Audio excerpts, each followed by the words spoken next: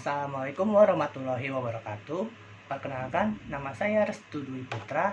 NIM saya adalah 411-2001-0079. Saya dari mahasiswa Universitas Mercu Buana, program studi Teknik Sipil. Hari ini saya akan mempresentasikan karya ilmiah saya yang berjudul Bahasa Indonesia dalam Pembangunan Bangsa di Bidang Pendidikan. Sumpah Pemuda merupakan salah satu bukti historis bahwa para pemuda Indonesia telah mencoba melakukan sesuatu yang terbaik demi mewujudkan kesatuan di negara ini, yaitu Negara Kesatuan Indonesia. Salah satunya seperti yang telah disampaikan dalam Sumpah Pemuda tersebut.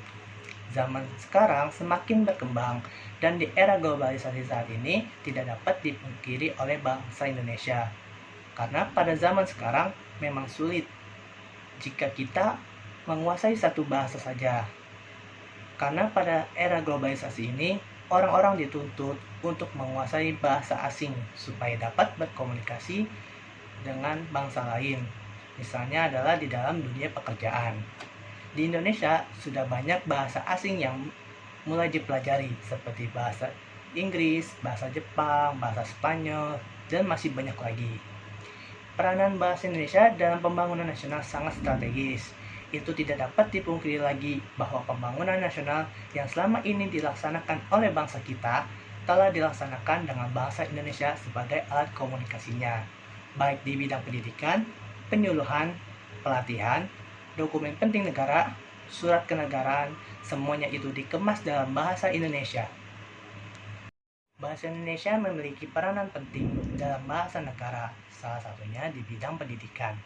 Berdasarkan hal ini, bahasa Indonesia dijadikan sebagai bahasa pengantar dalam lembaga-lembaga pendidikan.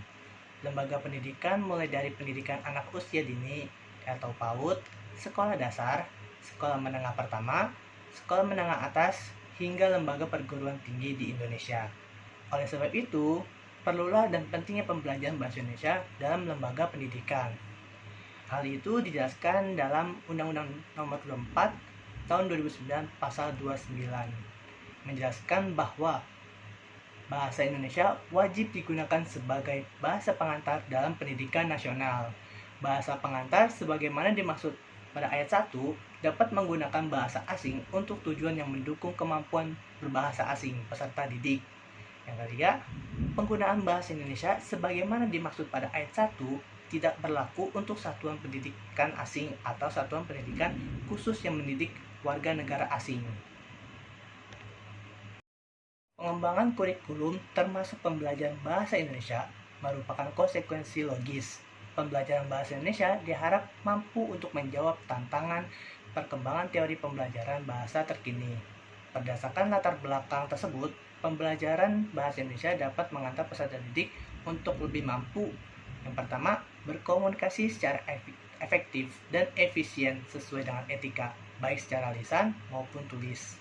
Yang kedua, menghargai dan bangga bahasa Indonesia sebagai bahasa persatuan dan bahasa resmi Indonesia. Yang ketiga, memahami dan menggunakan bahasa Indonesia yang dengan tepat dan efektif sesuai dengan tujuan. Keempat, menggunakan bahasa Indonesia untuk meningkatkan intelektual, kematangan, emosional, dan sosial. Yang kelima adalah mengembangkan bahasa Indonesia dalam khazanah budaya dan intelektual manusia Indonesia. Kompetisi dasar yang dikembangkan dalam pembelajaran bahasa Indonesia terdiri dari 3 hal yang saling berhubungan dan saling mendukung. Ketiga hal tersebut adalah bahasa, sastra, dan literasi. Nah, problematika dalam bahasa Indonesia dalam pendidikan. Nah, itu yang pertama adalah pengetahuan mengenai bahasa Indonesia terkhusus pada dasar hukumnya yang terbatas oleh guru dan siswa. Bahasa Indonesia merupakan bahasa pengantar dalam dunia pendidikan nasional. Hal tersebut telah diatur dalam Undang-Undang Nomor 24 Tahun 2009 Pasal 29. Tepatnya pada ayat 1, bunyi ayat 1 dari pasal tersebut yaitu bahasa Indonesia wajib digunakan sebagai bahasa pengantar dalam pendidikan nasional. Yang kedua, maraknya istilah-istilah asing atau daerah yang beredar. Dampak dari hal tersebut sebenarnya tidak langsung kepada penggunaan bahasa Indonesia, apalagi jika pengguna bahasa sadar dan paham menggunakan bahasa Indonesia yang baik dan benar, baik secara tata bahasa maupun waktu penggunaannya. Masih adanya kosakata bahasa Indonesia yang belum diketahui atau dikuasai. Bahasa Indonesia memang bahasa persatuan, tetapi masih ada saja masyarakat khususnya pihak pelaksana pendidikan yang terbatas penguasaan bahasanya. Hal ini terbukti pada pelaksanaan atau pembelajaran guru biasanya mengungkapkan kata dengan menggunakan bahasa daerah atau asing untuk menggantikan kata tersebut yang tidak diketahui dalam bahasa Indonesia. Ketiga adalah pemilihan kode atau bahasa. Ada 3 kategori pemilihan bahasa, yaitu ahli kode, campur kode, dan variasi bahasa. Banyak ditemukannya adanya pemilihan bahasa dalam ranah pendidikan. Terjadinya alih kode dan campur kode dalam pembelajaran bahasa Indonesia dapat menyebabkan tersisihnya bahasa Indonesia karena penggunaan bahasa daerah atau asing dapat mengurangi proses pemerolehan bahasa Indonesia siswa. Lebih tegas disampaikan oleh seorang siswa bahwa penggunaan bahasa daerah dapat menyebabkan pemborosan waktu karena guru harus mengulang ujaran atau kalimatnya menggunakan bahasa daerah. Lalu ada beberapa solusi problematika untuk menangani masalah-masalah tersebut. Yang pertama adalah pelatihan kebahasaan terhadap guru-guru bahasa Indonesia. Masalah sehubungan dengan kemampuan dan pengetahuan pendidik atau guru dapat diminimalisir dengan diadakannya pelatihan kebahasaan. Pelatihan ini ditunjuk kepada guru sebagai pendidik yang akan mengajarkan pengajaran bahasa Indonesia ataupun kepada guru mata pelajaran lain. Hal ini bertujuan agar pembelajaran di dalam kelas menggunakan bahasa Indonesia yang sesuai dengan Undang-Undang Nomor 24 Tahun 2009 Pasal 29. Yang kedua adalah peredaran bahasa atau istilah asing atau bahkan campur kode harus diminimalisir. Istilah-istilah tersebut digabungkan dengan bahasa Indonesia sehingga menjadi campur kode. Istilah tersebut marak di kalangan remaja dan anak-anak. Sebaiknya pemerintah lebih memperhatikan hal tersebut kepada penggunaannya menjadi momok yang dapat membawa pengaruh negatif terhadap bahasa Indonesia. Yang ketiga adalah gerakan literasi di sekolah yang tidak hanya berfokus pada peserta didik, tetapi pula kepada guru. Pengadaan ini bukan hanya difokuskan kepada peserta didik, tetapi juga guru. Gerakan literasi ini bukan hanya untuk berkaitan dengan pembacaan banyak bahan bacaan, tetapi penulisan artikel ataupun karya ilmiah. Yang keempat adalah penyesuaian dasar hukum atau aturan terhadap pemilihan kode atau bahasa. Pemilihan bahasa digunakan harus sesuai dengan dasar hukum. Apabila tidak sesuai, hal ini akan melenceng dari aturan penggunaan bahasa yang tertuang dalam Undang-Undang Nomor 4 Tahun 2009 Pasal 29. Untuk itu, sosialisasi mengenai dasar-dasar hukum kebahasaan harus dimaksimalkan.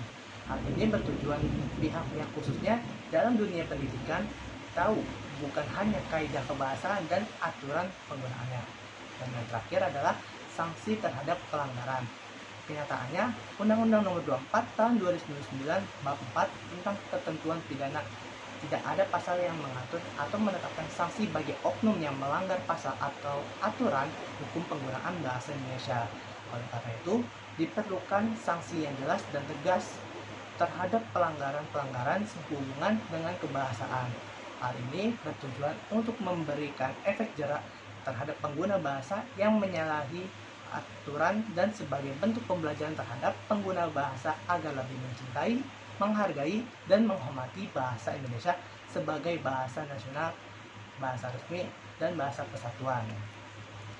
Nah, kesimpulannya dari saya adalah secara umum bahasa mempengaruhi intelektual, emosional, dan sosial pada peserta didik. Bahasa menjadi penunjang keberhasilan peserta didik dalam mempelajari semua bidang studi. Pada situasi saat ini, bahasa asing sering digunakan untuk bahasa pengantar. Namun, tetap bahasa Indonesia merupakan bahasa pemersatu bangsa. Banyak hambatan yang menyebabkan perkembangan bahasa Indonesia menjadi lambat. Namun, ada solusi untuk memajukan bahasa Indonesia, terutama dalam bidang pendidikan dan iptek.